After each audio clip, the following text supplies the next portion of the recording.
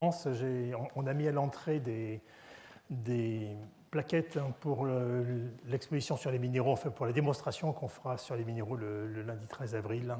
Bon, je le rappellerai à la fin du cours, mais bon, il y a donc juste à la sortie, sur la table avant la porte, vous avez donc ces plaquettes qui vous présentent brièvement le but. Pourquoi on va mettre ensemble les 3 collections de minéraux parisiennes pour justement vous montrer des approches différentes et autour d'échantillons exceptionnels. Bien, donc aujourd'hui, on va voir un sujet qui est un peu moins glamour qu'un certain nombre d'autres chapitres. Ce n'est pas pour ça que ce n'est pas important, ça va être un sujet sérieux, un sujet de réflexion sur l'avenir. Il s'agit de la réhabilitation, de la remédiation, de la dépollution, de tout ce qu'il faut faire pour assumer l'héritage, donc l'héritage du passé, l'héritage du présent, et pour laisser donc aux générations futures donc une terre qui soit encore tout à fait présentable. Alors les 2 premiers transparents, j'ai marqué en transition, parce que c'est en transition entre le cours de la dernière fois où on consacrait donc à la durabilité de la ressource et le cours d'aujourd'hui qui est consacré à la réhabilitation, notamment donc des terrains qui ont été utilisés au niveau minier. Et j'ai voulu sortir comme exemple un exemple qui est vraiment tout à fait édifiant, qui est heureusement assez exceptionnel et qui montre justement en gros ce qu'il ne faudrait pas faire en fait. Donc il s'agit d'une île du Pacifique, Nauru, comme vous voyez ici, donc c'est une toute petite île, c'est le 2e plus petit pays du monde après le Vatican. Et c'est un pays qui a été très fortement exploité. Vous voyez cette photo aérienne, ça ne fait pas rêver, ce n'est pas une île du Pacifique telle qu'on les imagine en fait. Ce n'est pas du tout un atoll, c'est une curiosité géologique, c'est une île totalement solide, je dirais, totalement pleine en tout cas, il n'y a pas de lagon au centre. Et il y a eu un processus géologique tout à fait original que l'on ne retrouve qu'en quelques exemplaires dans le Pacifique, qui a été un nourrissage par les eaux océaniques profondes de ce massif calcaire par des eaux phosphatées. Et donc ça a amené des gisements de phosphate exceptionnels qui ont été en plus enrichis avec les oiseaux, avec le guano des oiseaux, ça a donné une petite contribution, mais c'est quand même surtout donc cet apport océanique massif dans une unité qui est totalement originale. Encore une fois, on n'est pas sur un volcan, on est vraiment sur un ensemble sédimentaire et qui a permis donc justement ces mouvements de convection et la formation de ces phosphates de calcium qui ont été utilisés donc pour faire des engrais, qui ont donc été utilisés depuis des dizaines d'années et en amenant des richesses absolument énormes. Vous voyez, on est sur des milliards de dollars dont on aurait pu attendre à peu près la moitié de bénéfices.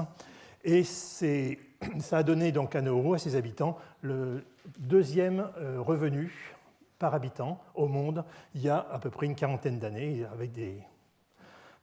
avec vraiment un niveau de vie tout à fait exceptionnel et plein de choses qui étaient prises en charge par l'État. Donc on ne va pas du tout rentrer dans les détails, ce n'est pas du tout le but de ce cours. Simplement, c'est pour dire voilà la situation actuelle. Nauru est un État en faillite. Le Premier ministre a annoncé en septembre qu'il ne pouvait plus payer les fonctionnaires, ils ne peuvent plus payer les hôpitaux, ils ne peuvent plus payer le dessalement de l'eau. Et on est effectivement avec, donc vous voyez, 30 millions de dollars, on est à 1%. Vous avez 1% du budget d'il y a 40 ans. Donc on est sur un pays qui est tenu par la solidarité internationale, moyennant quelques arrangements. Et donc voilà, une situation fragile liée au fait que la ressource est épuisée. Donc voici la production de phosphate. Même si vous êtes loin, ça c'est zéro. Zéro, ça veut dire qu'il n'y a plus du tout de production de phosphate depuis de longues années. Et ce qu'il reste, et c'est en ça que ça fait la transition avec le cours d'aujourd'hui, eh bien c'est ce paysage dévasté. Donc avec ces eaux océaniques qui remontaient pour percoler le massif de calcaire ont déposé des phosphates mais de façon un peu irrégulière. Donc vous avez des pitons rocheux un peu partout. Et ces pitons rocheux, c'est du calcaire. Entre les calcaires, il y avait le phosphate. Et donc ça vous laisse ce paysage désolé qui ne permet pas donc de démarrer par exemple de l'agriculture. Et on commence à peine à envisager de pouvoir réhabiliter ce paysage catastrophique, ce paysage lunaire en fait. Mais dans un pays qui est en faillite, évidemment, ça va prendre très très longtemps. Alors il reste un tout petit peu dans le creux, il y a encore un peu de phosphate, c'est pour ça que j'ai marqué exploitation de gisements mineurs. Ils espèrent pouvoir exporter les calcaires, mais vous voyez, on est quand même loin de tout, donc ça va coûter très cher. Et surtout, le grand espoir, c'est de pouvoir reconstruire un sol, refaire pousser des végétaux, et donc pouvoir redémarrer une vie normale. Mais ça, pour l'instant, c'est un peu un rêve, donc c'était pour dire, attention, la ressource est parfois limitée, parfois extrêmement limitée, et il faut gérer les arrivées financières en les intégrant dans le temps et non pas en les regardant en temps réel. Enfin, c'est toujours facile de tirer une morale quand il s'agit des autres et quand il s'agit du passé. C'est peut-être moins facile de prédire l'avenir. Voilà, donc on transite naturellement, justement après avoir vu donc, ces paysages laissés par des exploitations minières qui n'ont pas été très respectueuses du futur. On arrive sur ce que j'avais intitulé dès le début donc sur le programme sur les nouveaux horizons. Les nouveaux horizons, ce sont pour nous les nouveaux métiers. Ce sont les challenges qui se posent donc aux géologues. Initialement géologues miniers qui exploitent donc qui regardent comment on exploite des gisements et qui maintenant va se trouver confrontés avec d'autres problèmes, des problèmes posés par la réhabilitation des sites souvent lourdement contaminés, on va le voir dans un instant, laissés par l'exploitation minière, de nouvelles façons de produire, le recyclage. Alors le recyclage, on va dire, c'est en partie d'autres métiers, mais on les intègre effectivement dans cette approche matières premières. Et matières premières, justement, on commence maintenant à voir les matières premières secondaires, les matières premières recyclées, qui viennent compléter, et on verra que bientôt elles vont se substituer donc, aux matières premières normales, entre guillemets, c'est-à-dire tout ce que l'on voyait, par exemple, dans les cours précédents, sur les minerais.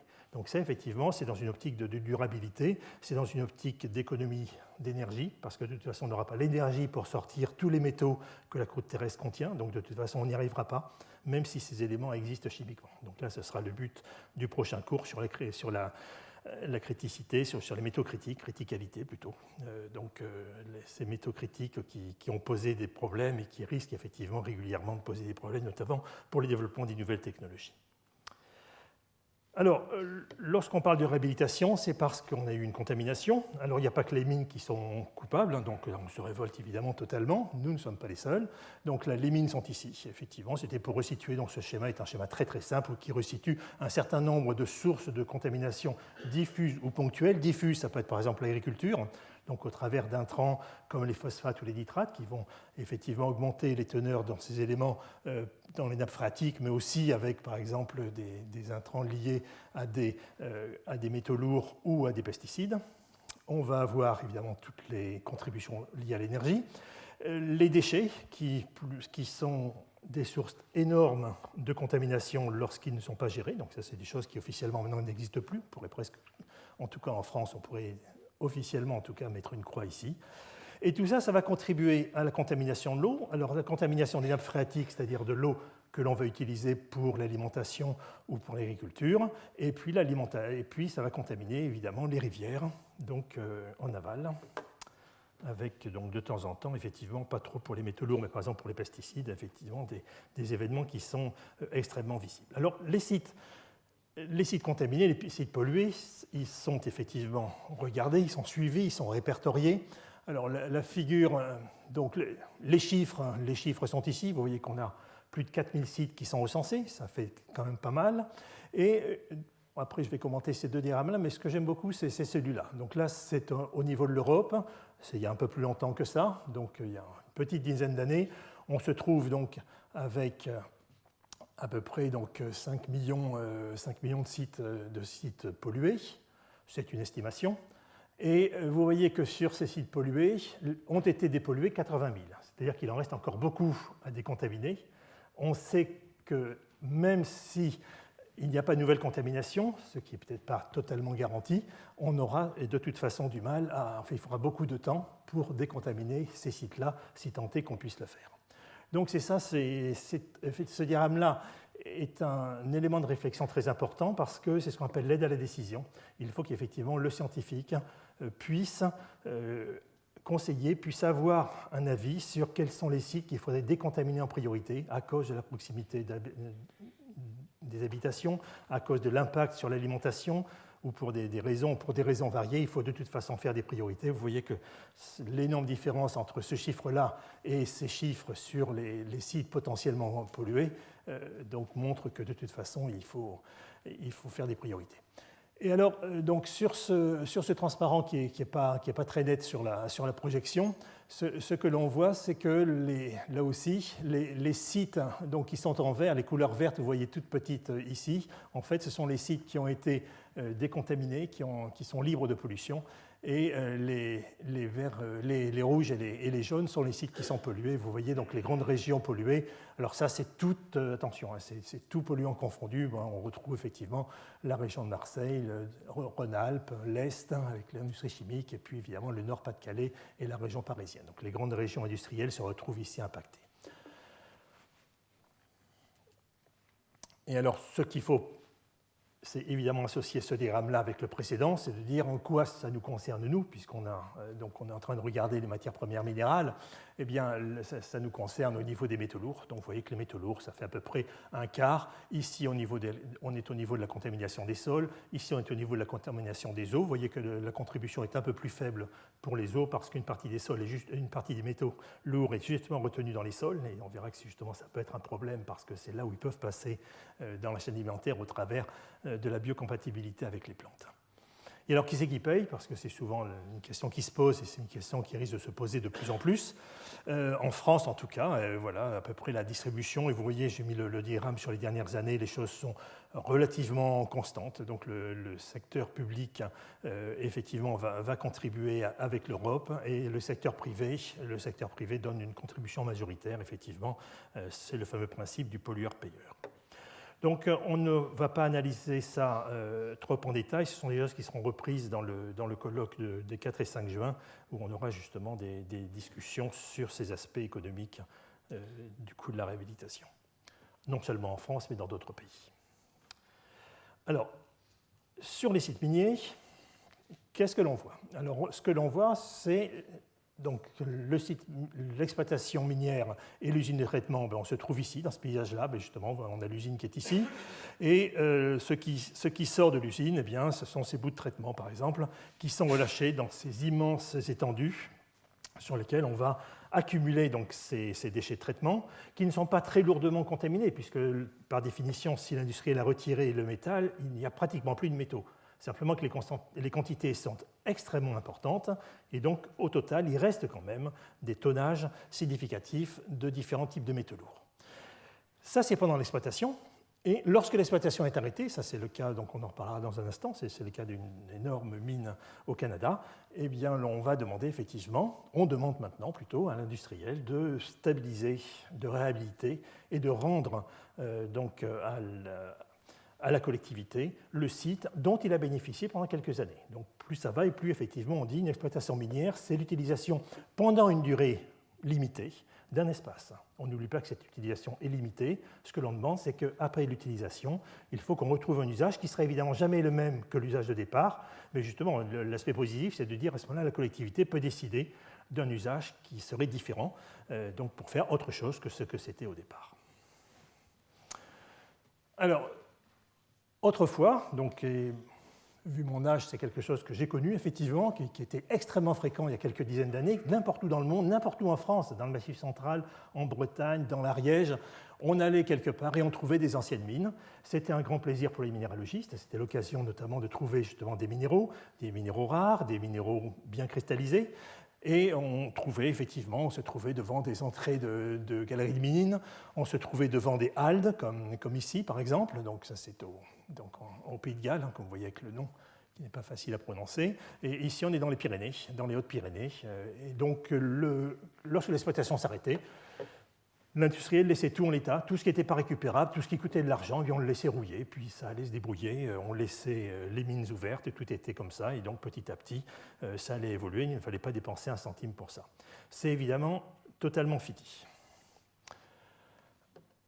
Le fait qu'on définit maintenant l'activité minière comme une activité qui est temporaire fait qu'on va prendre en compte l'impact environnemental dès le démarrage, même pas de l'exploitation, mais dès le démarrage du projet. Donc le projet va justement comprendre un budget aussi pour explorer le site, pour mettre en place les méthodes de traitement de minerais, etc. Et il mettra aussi on mettra aussi dans le budget le coût de la remédiation et la réhabilitation du site. Donc c'est effectivement la dernière phrase. Ça, c'est quelque chose qui n'existait pas jusqu'à il y a quelques dizaines d'années. Donc la réglementation n'était pas du tout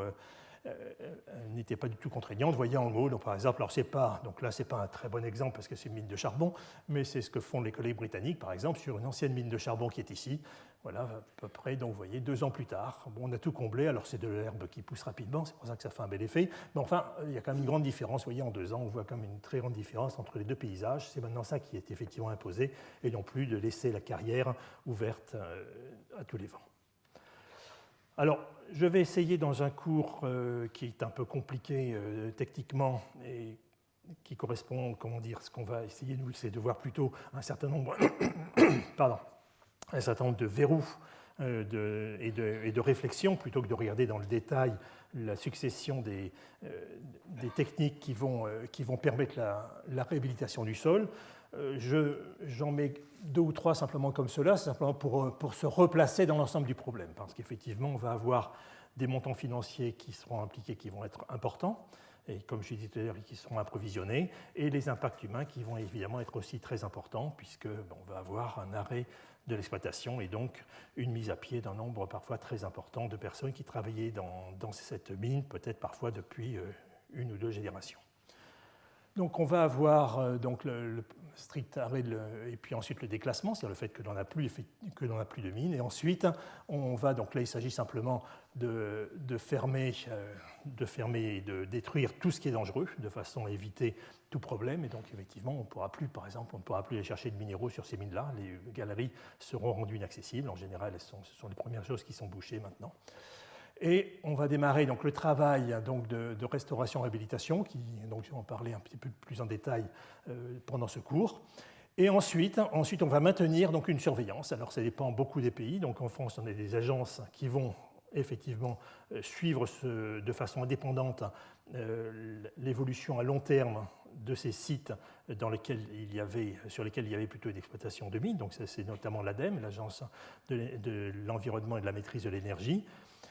Ça peut être l'INERIS, donc vous vous souvenez peut-être probablement de l'exposé de Pierre Touloat, qui est directeur scientifique de l'INERIS, l'Institut des risques industriels, qui était venu justement nous expliquer en quoi eux justement étaient impliqués pour le suivre à long terme. Et donc ça va être un ensemble de méthodes de surveillance pour être sûr qu'avec le temps, le minerai n'évolue pas. Et on verra tout à l'heure que justement le temps joue contre nous. C'est-à-dire que très souvent, un minerai n'est pas du tout impactant pour la biosphère à court terme parce qu'il est insoluble, donc les métaux qui sont dedans sont totalement contraints. Avec le temps, il va s'oxyder, il va se solubiliser, les métaux seront relâchés dans l'environnement et parfois c'est 50 ans, 80 ans. Je ne sais pas si vous vous souvenez, je vous avais parlé de pollution en cadmium de la baie, de l'embouchure de la Gironde avec les impacts sur les exploitations d'huîtres, et c'était des affaires qui avaient pris un siècle pour se déclarer et pour contaminer l'ensemble d'un bassin. Donc effectivement, on sait que ce sera à long terme qu'il faudra surveiller. Ce ne sont pas des activités qui sont lourdes, en revanche,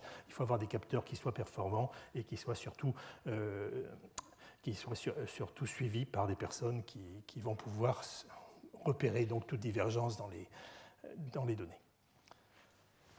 Et alors un problème spécifique d'un vieux pays comme la France, ce sont les sites orphelins. Ce sont ces sites, c'était justement le cas pour cette mine de cadmium, ce sont ces sites qui ont été exploités par des industriels qui ont disparu depuis longtemps. La mine a été fermée il y a 50 ans, il y a 100 ans. L'industriel a évidemment totalement disparu. Et c'est ce qu'on appelle un site orphelin, c'est-à-dire qu'il faut effectivement prendre des mesures, parfois même d'urgence, pour mettre en sécurité les populations, mais on n'a plus personne derrière, il n'y a plus de secteur privé, et donc c'est l'État qui doit l'assurer.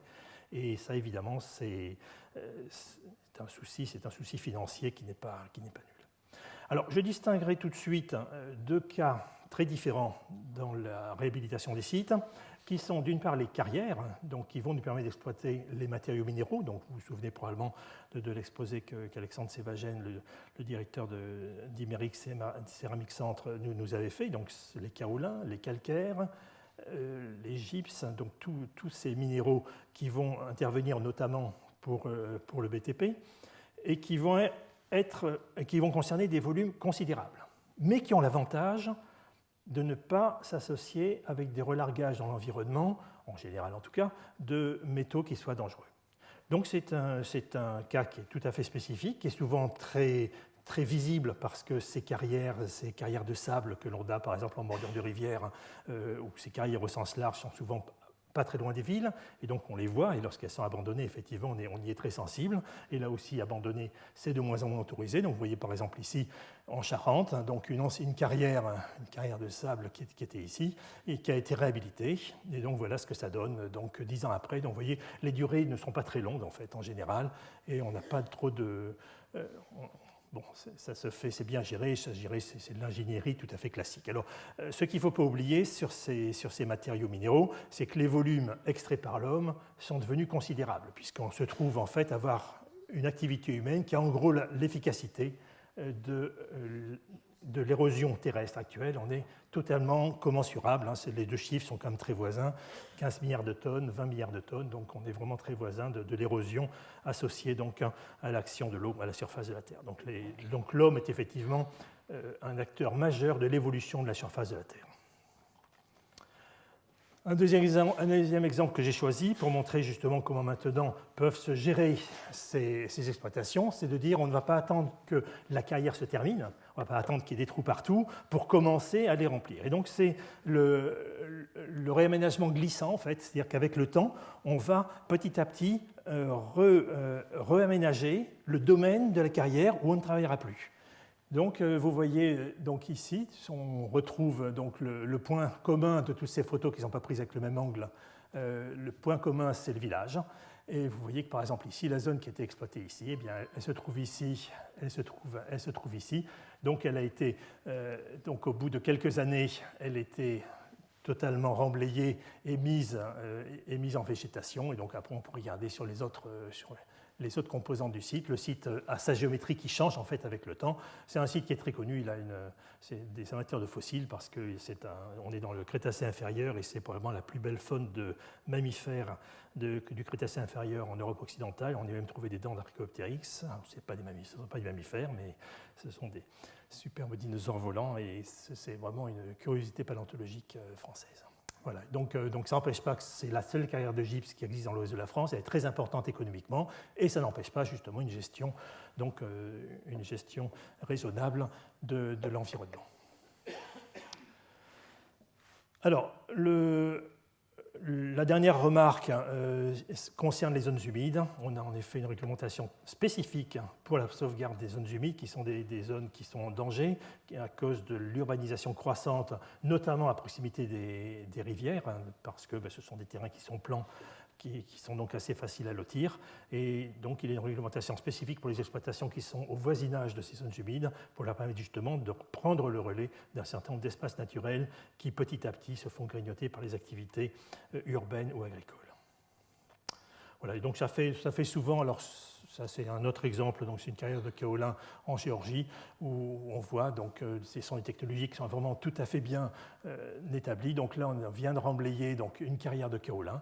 Cette carrière de kaolin, on va l'ensemencer, on va y mettre des arbres, on la met en végétation et après on commence à en noyer une partie de façon à recréer un écosystème. Ce sont des opérations qui sont relativement entre guillemets faciles à maîtriser. Le souci que l'on a pour le futur, c'est celui-là. Ce sont les sources de contaminants métalliques qui, comme je vous le disais tout à l'heure, avec le temps, vont nous poser des problèmes. Donc là, c'était la photo que je vous ai montrée tout à l'heure. On juge un petit commentaire de cette mine qui se trouve dans l'Ontario. Timmins, c'est probablement la mine la plus profonde, il est actuellement la mine plutôt la plus profonde du monde. On est à un peu plus de 3 km de profondeur.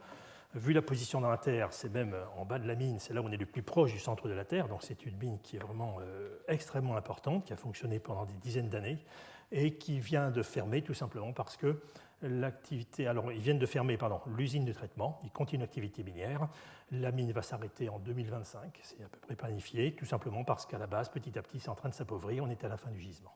Donc ça coûte de plus en plus cher parce que 3 km de profondeur, vous imaginez, pour descendre, ça prend un certain temps. Et donc le minerai est maintenant traité au Québec, donc au Québec, ce n'est plus rentable de le traiter sur place. Donc on est dans une fin d'exploitation et donc petit à petit, ça a été la première étape, ça a été de fermer l'usine de traitement et ça a été donc de réhabiliter donc ces épandages, ces énormes épandages associés donc à l'activité minière. Alors, pour introduire un certain nombre de termes, donc j'ai choisi la ville de Kalgoorlie, donc un énorme gisement de classe mondiale, donc en Australie. Donc la mine s'est développée à proximité immédiate. Là, on n'a vraiment pas peur. Vous voyez, c'est 1 km, donc on est parfois à moins d'1 kilomètre de l'exploitation, d'une exploitation qui est à ciel ouvert, qui est maintenant relayée par l'exploitation en profondeur sous forme de galeries. Et on voit d'une part donc, les stériles, donc les roches qui ont été sorties pour permettre l'exploitation, et d'autre part donc, les déchets de traitement, qui sont donc ces poudres qui concernent des épandages absolument considérables. Donc on va distinguer un certain nombre de résidus et de déchets associés à cette mine qui n'auront aucun rapport entre eux. Donc c'est pour ça que je vais juste en préciser un petit peu les termes, parce que rassurez-vous, on ne va pas du tout voir ça dans le détail. Mais donc on a donc d'une part pour mettre à nu le gisement, donc ce qu'on appelle la découverte. Donc on va avoir ces résidus de découverte, donc on va retirer tout ce qui est sol et tout ce qui est roche totalement identiques, donc on va dire que on les appelle du coup des stériles francs, ils sont absolument non reconnaissables de la roche environnante. Et infrastructure, ça veut dire qu'il vous faut des routes, il vous faut donc des accès et des parcs pour les engins, donc tout ça, ça va faire des terrassements importants. Et on garde maintenant ces stériles francs à part, on ne les jette surtout pas, parce que lorsqu'on sera en fin de vie de carrière, ces stériles francs, on va les réutiliser, puisqu'ils viennent de là, justement, pour remettre en état l'exploitation. On a ensuite des stériles qu'on appelle de sélectivité, parce qu'ils sont trop dilués pour être traités. Mais vous voyez, j'ai pris une précaution de langage. Trop dilués, ça veut dire qu'ils contiennent du métal. C'est peut-être pas rentable, mais il y a du métal, ça peut être sur des quantités, encore une fois, faible concentration, mais quantité considérable, donc pour nous c'est différent. Donc ce sont des résidus d'exploitation, ce sont en général des blocs qui sont souvent assez gros, donc la cinétique de relargage sera peut-être faible, mais elle existera. Ce qui nous cause le plus de soucis, ce sont les résidus de traitement, parce que pour traiter les minerais, on a broyé la roche, donc vous avez fait une poudre, parfois c'est quelques dizaines de microns, c'est de la farine pratiquement. Vous avez fait une poudre que vous avez traitée par exemple avec de l'acide sulfurique ou avec d'autres agents chimiques assez agressifs. Donc vous avez un matériau qui est très fin, qui va donc, si vous l'épandez et qu'il sèche, eh bien évidemment le vent va disséminer la poussière. Ça, c'est des problèmes de contamination majeurs, notamment pour des métaux comme le plomb. L'inhalation de poussière au plomb est la cause majeure du saturnisme. Donc on est effectivement très, très soucieux de l'évolution de ces résidus de traitement, d'autant plus que le fait qu'ils aient été attaqués chimiquement fait qu'ils ont des interfaces, des surfaces qui sont très réactives. Donc ils vont pouvoir évoluer avec le temps, ils vont pouvoir impacter la santé, les écosystèmes au sens large, il n'y a pas que l'homme. Donc effectivement, on va les regarder de très près et c'est eux que l'on demandera de surveiller et de stabiliser sur la durée. Et enfin, les derniers traitements viennent de ce que l'on fait avec le minerai, c'est-à-dire du métal. Donc on va avoir des scories et des laitiers, et on terminera justement le cours sur ce qui était autrefois des déchets, qui sont maintenant devenus des matières premières secondaires, et donc avec justement des problèmes à la fois juridiques et philosophiques qui se posent sur leur utilisation. Alors on va avoir à gérer ces sources de contaminants métalliques. J'ai distingué trois types d'impacts. Les impacts à court terme, la catastrophe, la rupture, par exemple, d'une digue qui contient les déchets miniers, et à ce moment-là, la contamination d'une région. On va ensuite voir, je mentionnerai donc les impacts historiques, mais Pierre Fluck, qui fera la conférence ensuite, étant un spécialiste justement d'archéologie industrielle, nous en parlera de façon beaucoup plus détaillée, beaucoup plus circonstanciée. Et enfin, je mentionnerai, donc ce n'est pas une gestion, mais c'est l'observation à long terme. Là, on redevient géologue et on se dit, tiens, avec le temps, on connaît des anomalies géochimiques, on connaît justement des concentrations en métaux qui ont pu évoluer et stabiliser les métaux. Donc, pour commencer donc, ces aspects catastrophiques, qu'est-ce que l'on fait en cas de catastrophe et comment est-ce qu'on peut remédier? Donc ça, c'est une des catastrophes qui a eu lieu donc, il y a une petite vingtaine d'années maintenant, donc dans le sud de l'Espagne. Donc on se trouve à côté du Guadalquivir.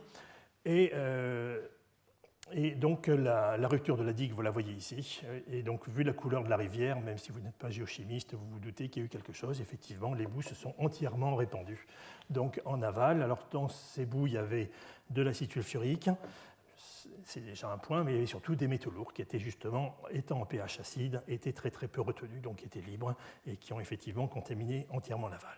Alors on est sur des volumes qui sont extrêmement importants. On est sur un site minier qui est historique. Rio Tinto est exploité depuis l'âge romain. On en reparlera tout à l'heure, je vous montrerai une photo. C'est un site extrêmement classique qui a d'ailleurs donné son nom à une des plus grandes sociétés minières actuelles, Rio Tinto. Donc des boues et des eaux qui contiennent des métaux lourds et qui sont en pH acide. Et vous voyez qu'on se trouve donc sur des dizaines de kilomètres qui sont affectés. Alors, ce qui s'est passé, c'est qu'on a effectivement eu, alors ce qui est en gris ici, ce sont les boues, ce sont les boues rouges, les fameuses boues rouges donc, de traitement, qui sont, donc ici c'est le zinc, l'arsenic, le cuivre, alors le fer, ça c'est évident, mais puisqu'elles sont rouges, ce sont les oxydes de fer. Et quand on regarde les sols contaminés, eh bien, on se rend compte que ces sols ont été effectivement contaminés avec ces métaux lourds, donc notamment pour l'arsenic et le zinc. L'arsenic est beaucoup plus problématique que le zinc, hein, c'est vraiment cancérigène redoutable. Et enfin, donc, les sols, pour vous donner le niveau géochimique, vous voyez que là, en revanche, vous ne pouvez pas incriminer le fait qu'il y avait déjà des contaminations importantes. On est quasiment dans l'épaisseur du trait ici. Donc on a eu un effet très important sur l'environnement, mais l'originalité, ça a été que Rio Tinto, évidemment, s'est retrouvé, on est en Espagne, hein, on n'est pas loin, donc le gouvernement espagnol a demandé dès le lendemain que Rio Tinto fasse tout pour retirer le plus tôt possible. C'est-à-dire que l'essentiel du volume qui avait été évacué par cette rupture de digue soit évacué, donc c'est ce qu'ils ont fait. Alors, ce qu'ils ont fait, ça a du coup amené des problèmes hydrologiques très importants, parce qu'évidemment, il a fallu faire tout ça dans le lit de la rivière, et ça a durablement modifié l'hydrologie de la région. Et ce que l'on a vu, effectivement, donc ça c'est un point qui est assez positif, c'est le fait que la contamination, donc ici il s'agit du mercure, qui est un très bon marqueur de contamination, passant dans la biomasse, eh bien on voit qu'effectivement on a une tendance à la décroissance, il n'y a pas trop de données plus récentes que ça, donc on a une tendance à la décroissance avec le temps. Donc après avoir monté, donc ça se stabilise.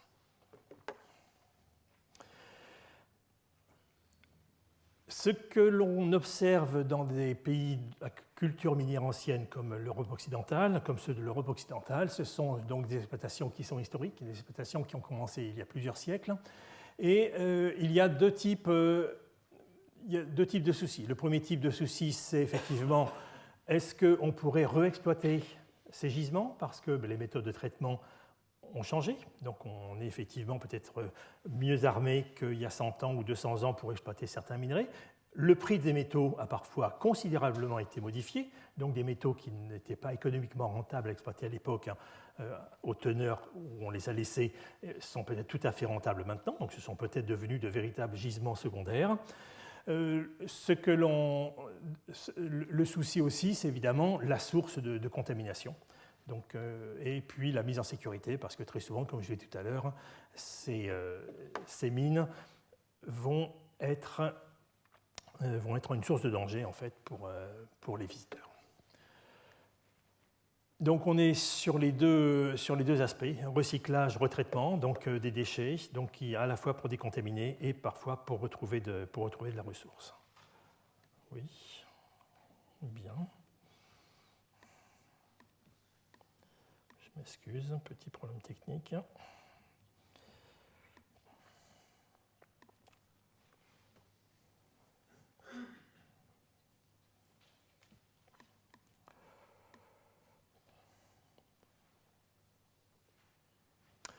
Donc, à long terme, ce que l'on connaît, c'est ce qu'on appelle des anomalies géochimiques, c'est-à-dire des endroits qui sont naturellement enrichis dans certains métaux lourds, qui étaient utilisés autrefois comme justement des très bons indices pour prospecter. Donc on faisait effectivement du temps où on prospectait en France, il y a il y a 30-40 ans, il y avait eu une carte géochimique de la France, c'est-à-dire que des géologues, en général, les géologues du BRGM étaient en charge de ça, donc faisaient des analyses systématiques, donc périodiques sur l'espace, pour déterminer les concentrations de tous les métaux qui étaient intéressants économiquement.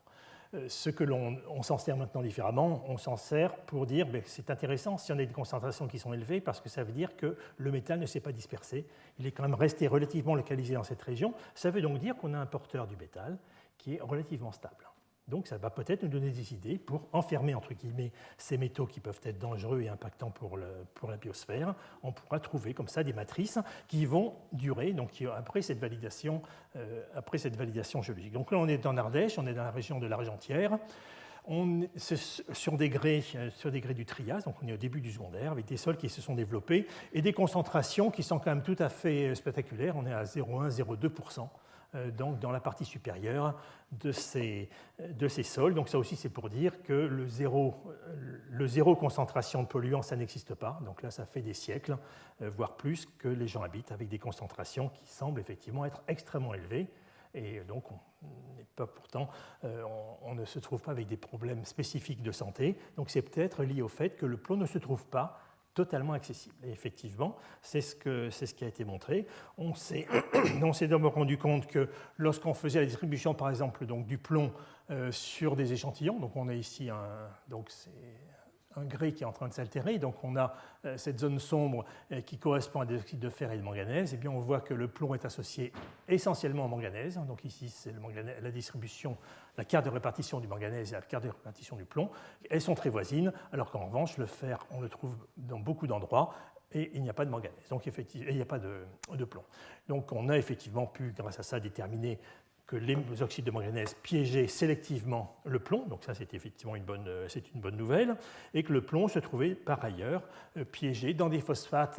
Alors, si vous laissez, évidemment, je n'ai pas du tout parlé de la formule, qui est un peu complexe, ce qu'il faut retenir, c'est que ce sont des phosphates qui sont très très peu solubles, comme pratiquement tous les phosphates de plomb.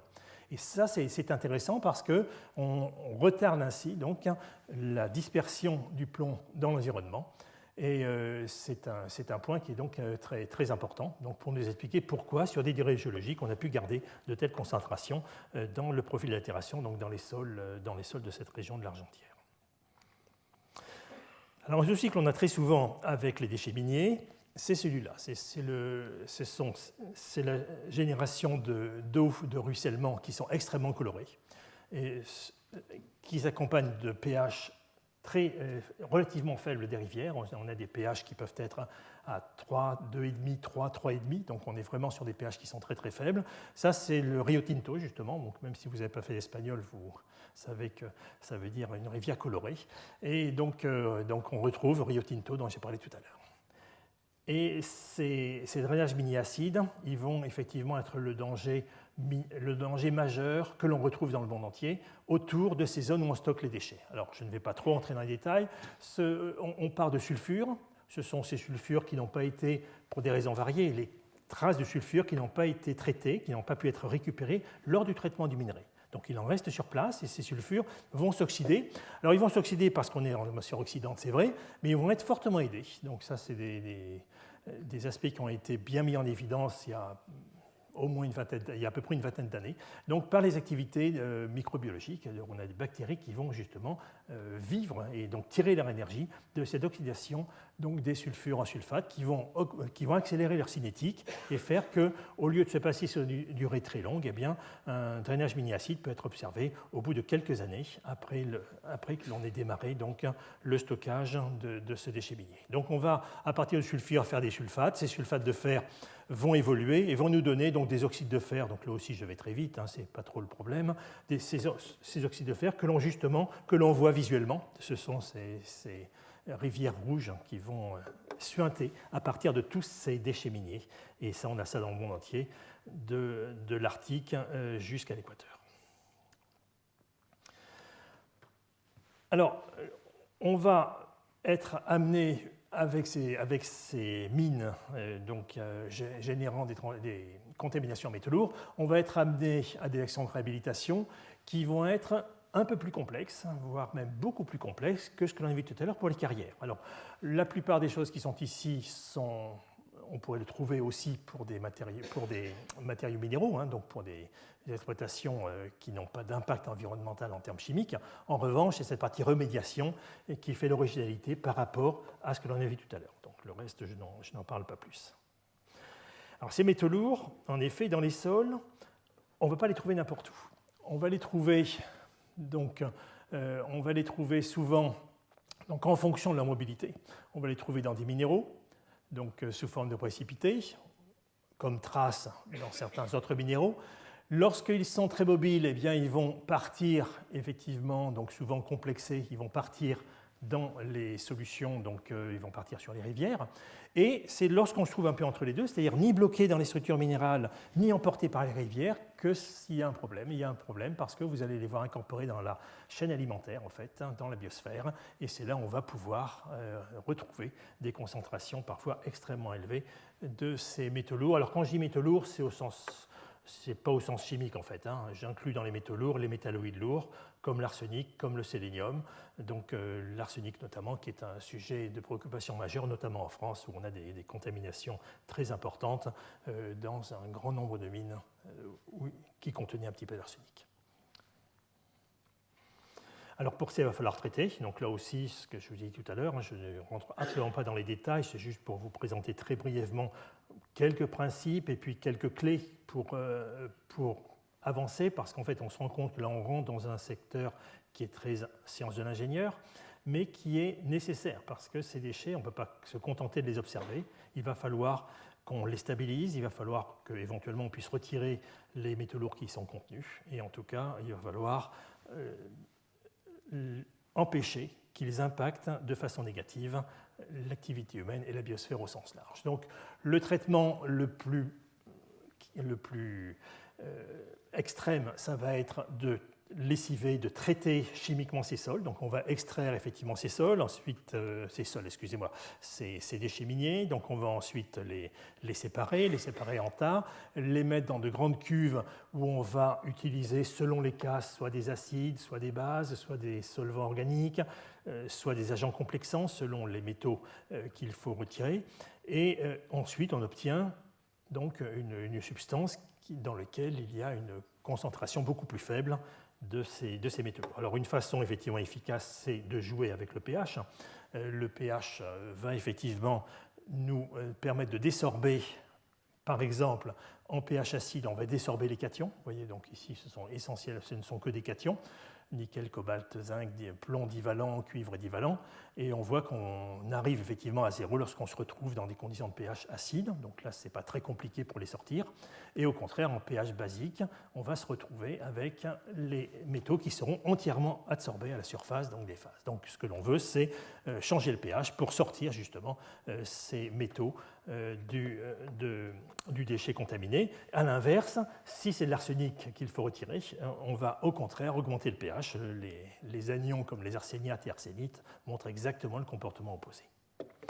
Alors ça, c'est ce que l'on fait, par exemple, pour traiter les eaux qui vont ressortir des anciennes mines, parce que les anciennes mines, lorsque vous arrêtez l'exploitation, la première chose que vous faites, parce que ça coûte vraiment très cher, vous allez éteindre toutes les pompes s'arrêtent, petit à petit, la mine va s'en noyer.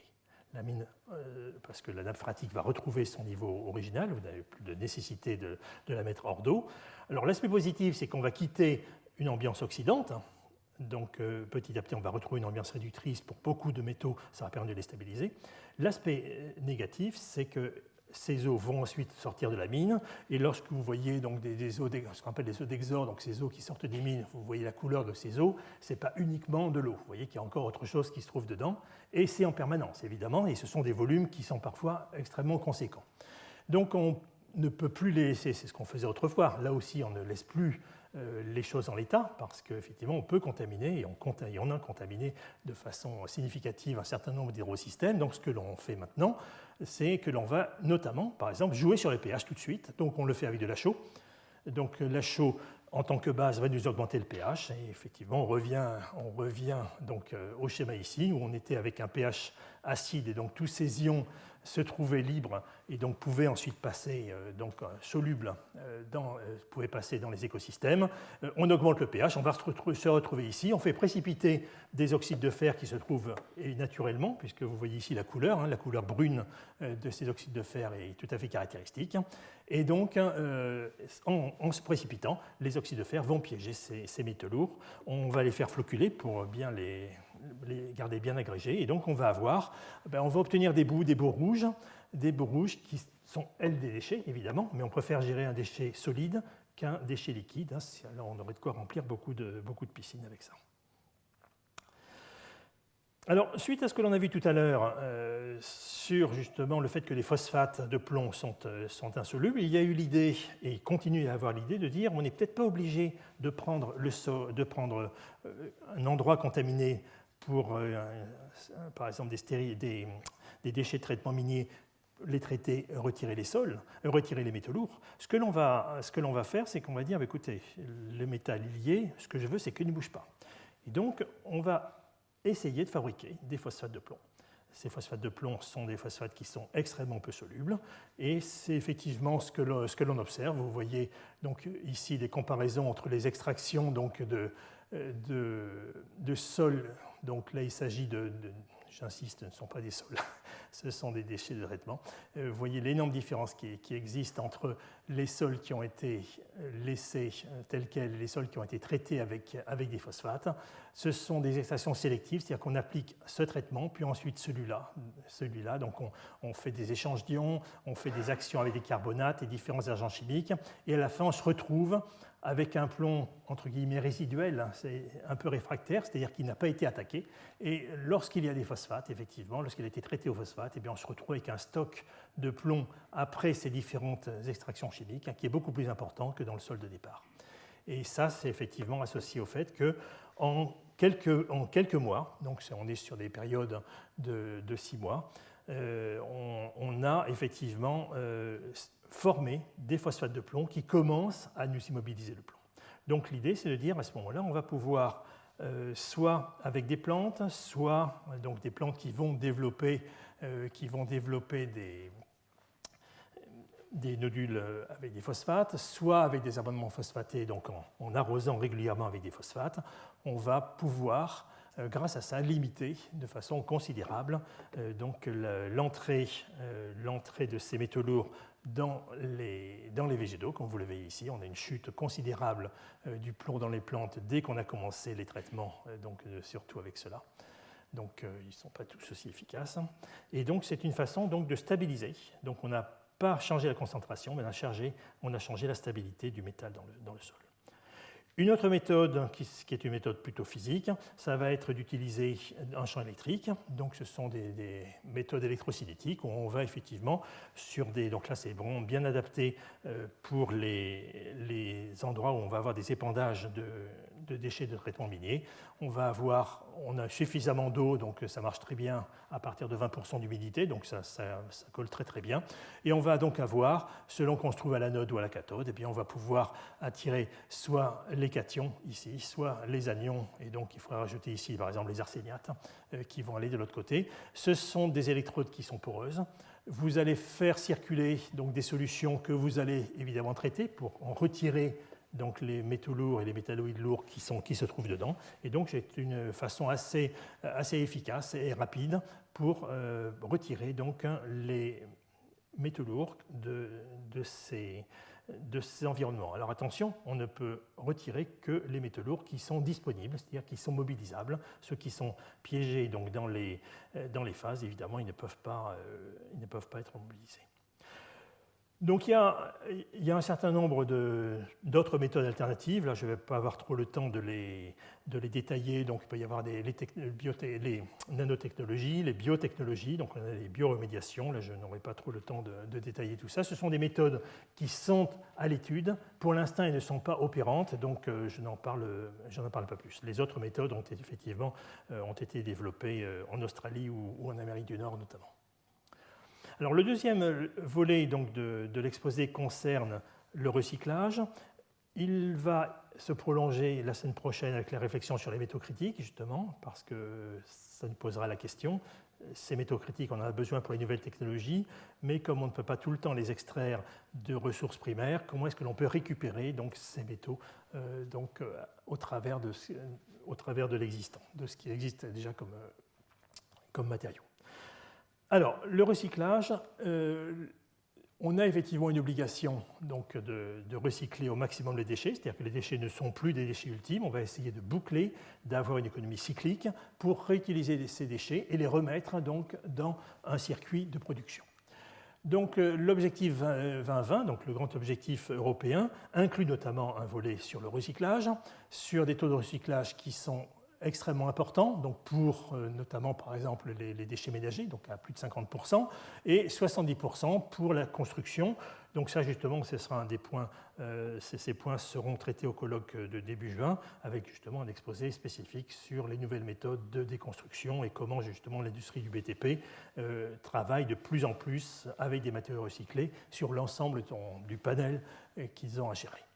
Et donc pour ça, eh bien, on voudrait impliquer, il faudra impliquer l'ensemble du circuit de production, parce qu'on verra dans un instant qu'effectivement on ne peut pas le gérer si on travaille en aval. Il faut travailler depuis la conception du produit pour pouvoir le réutiliser.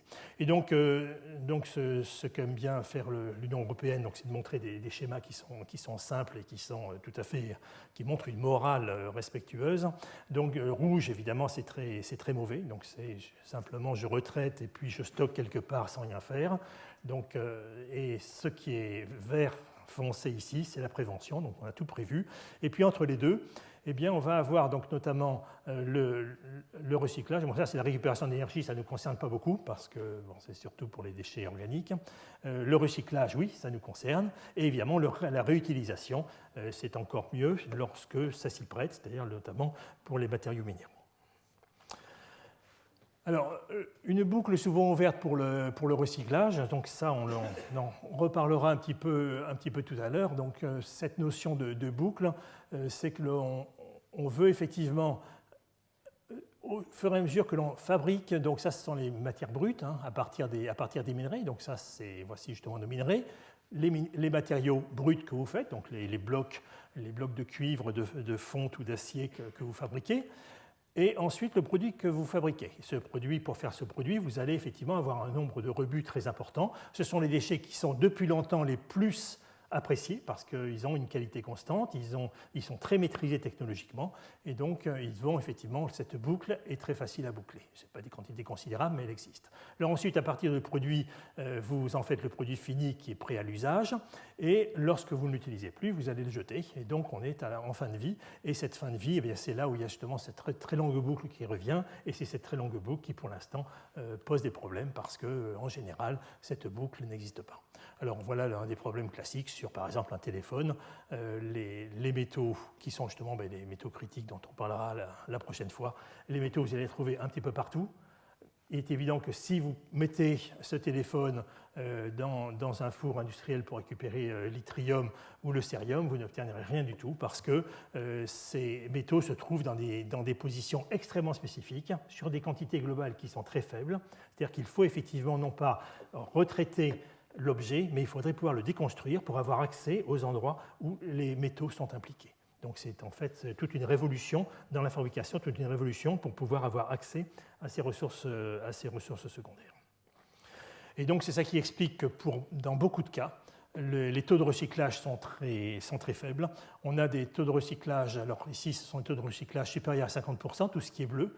Alors tout ce qui est bleu, c'est lié au fait que soit on se trouve dans les métaux de base, et les métaux de base concernent des quantités qui sont vraiment très importantes et qui vont donc être plus faciles à gérer. C'est plus facile à gérer un immeuble quand on le déconstruit que des millions de téléphones portables, même si c'est le même poids.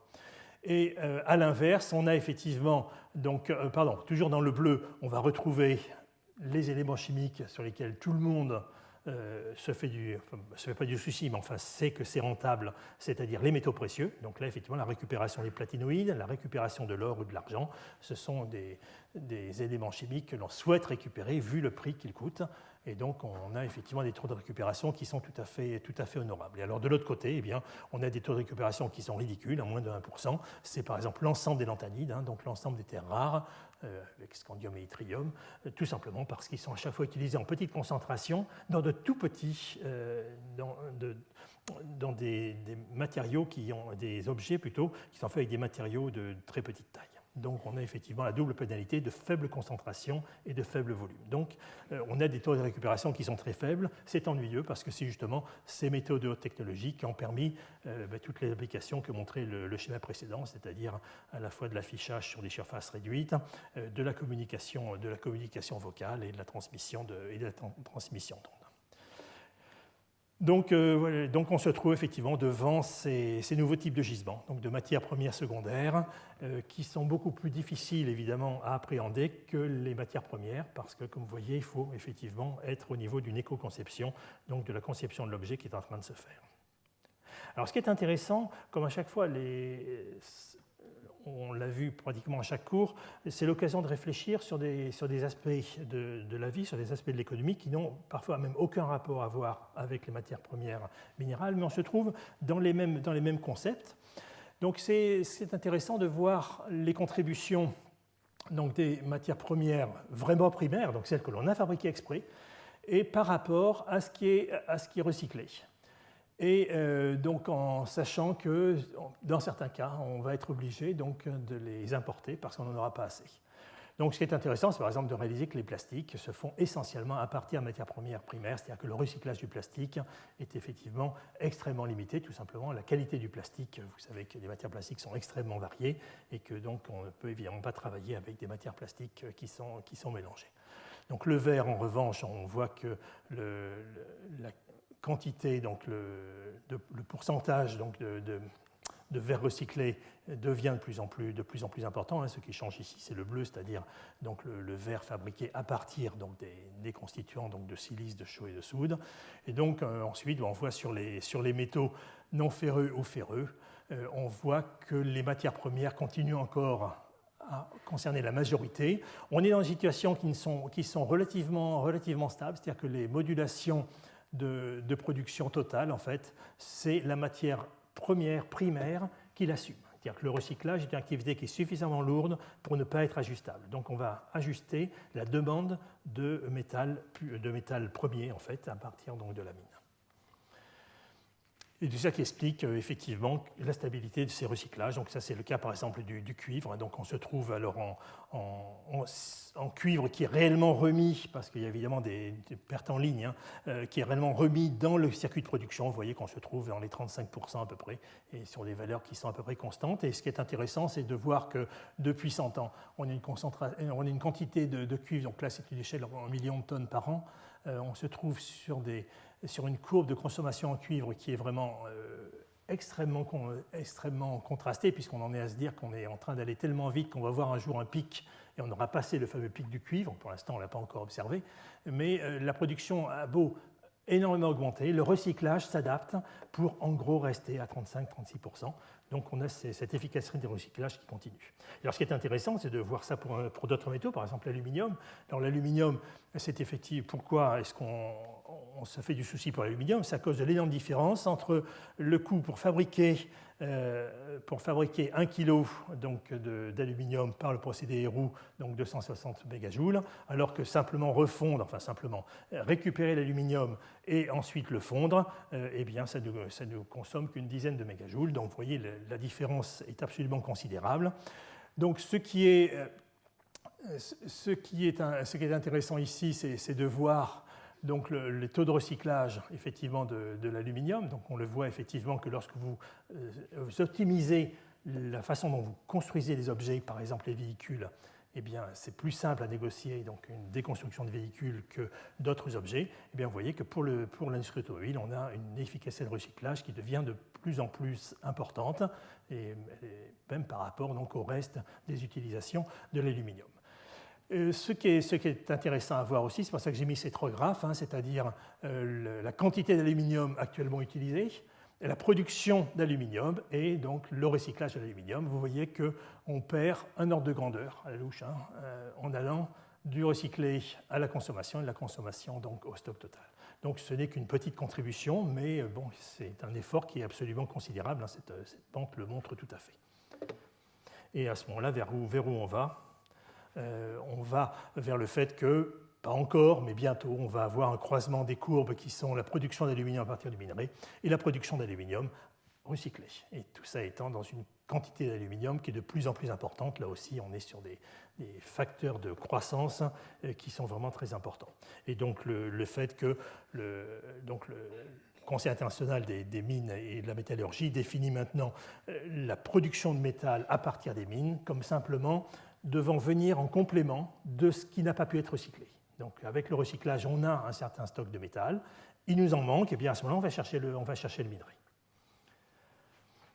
On a donc des efficacités donc de traitement, de recyclage plutôt entre les métaux qui est assez contrasté, le plomb étant de loin celui qui est le mieux recyclé, en partie, alors c'est évidemment parce que c'est celui sur lequel on se fait beaucoup de soucis, mais c'est aussi parce que c'est essentiellement à travers des batteries, et donc le circuit de récupération est relativement simple.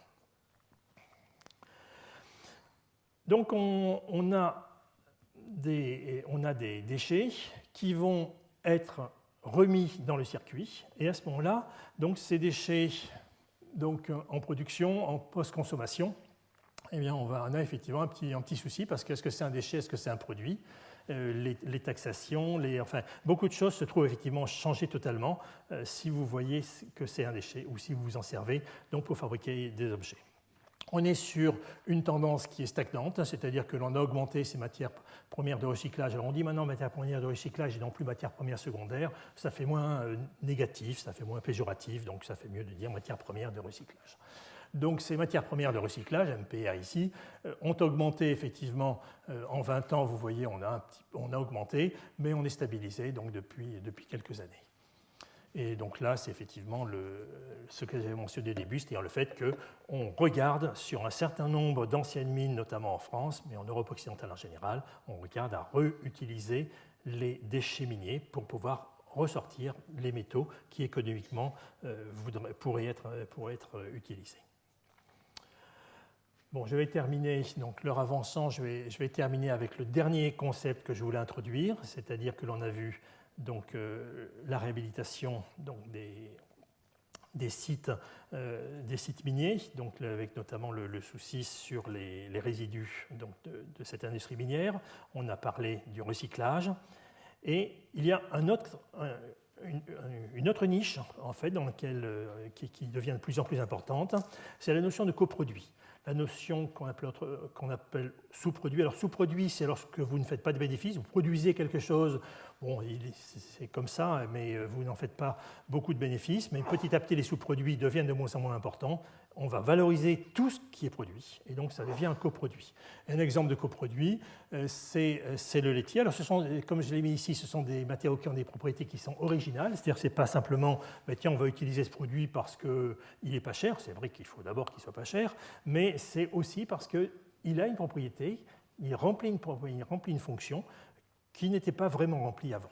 Et donc un excellent exemple pour ça, ce sont les laitiers. Donc là aussi, je vais juste montrer trois transparents. Là aussi, c'est un domaine qui est très important et qui sera traité. Donc il y aura un exposé dessus au colloque de juin. Alors ces laitiers, on les a notamment dans les hauts fourneaux. On va les avoir aussi sur les fours de conversion lorsque vous faites de l'acier. À chaque fois, c'est quelque chose qui est très simple à imaginer. Donc vous avez votre minerai que vous enfournez, donc ce sont des fours en continu, vous enfournez le minerai avec le coke, et vous allez avoir la température qui va progressivement augmenter jusqu'à arriver à la fusion. Et donc on va avoir la fusion qui se passe ici, avec donc le silicate fondu qui est ici, et donc le métal fondu qui est en bas. Et une différence de densité, c'est exactement comme pour la Terre et les autres planètes. Donc vous allez séparer sans aucun problème le métal du silicate fondu.